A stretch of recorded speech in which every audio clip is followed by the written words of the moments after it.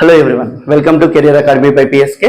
ఈరోజు మనం 10th class ట్రిగ్నోమెట్రీలో one of the important question గురించి డిస్కస్ చేద్దామండి.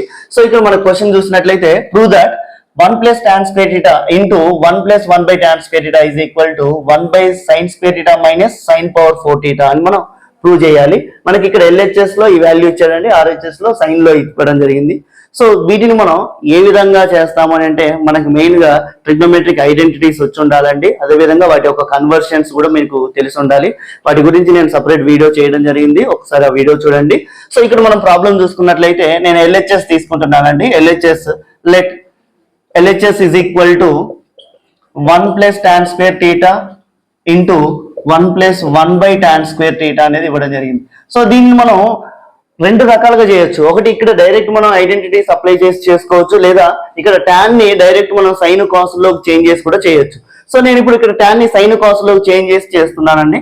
సో ఇక్కడ మనం చూసుకున్నట్లయితే 1 ప్లస్ ఇక్కడ tan స్క్వేర్ థీటా అని ఏమని రాసుకోవచ్చు, tan థీటా అని మనం sin theta by cos theta రాస్తాం. So sin square theta by cos square theta రాసుకుంటాము. ఇంటూ 1 ప్లస్ ఇక్కడ 1 బై tan స్క్వేర్ థీటా నేను ఇక్కడ ఏమని రాస్తున్నానంటే 1 by sin square theta by cos square theta గా రాసుకుంటున్నాను.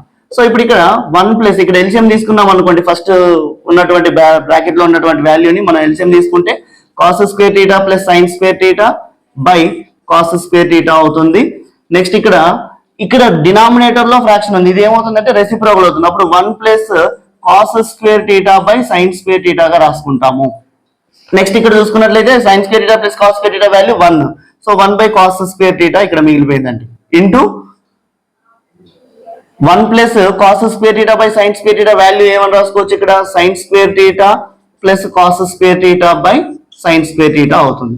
సో ఇక్కడ కూడా మనం చూసుకున్నట్లయితే 1 by cos square theta into ఇక్కడ sin square theta plus cos square theta value 1 by sin square theta రాసుకుంటాం.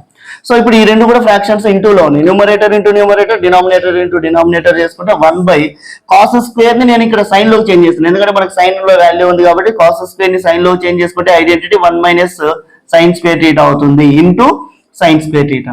సో ఇప్పుడు ఈ వాల్యూతో మనం ఇంటూ చేసుకున్నాం అనుకోండి, 1 by sin square theta minus sin square theta into sin square theta sin power 4 theta రాసుకుంటాం. ఈ విధంగా మనం ప్రాబ్లమ్స్ అనేవి చేయడం జరుగుతుంది.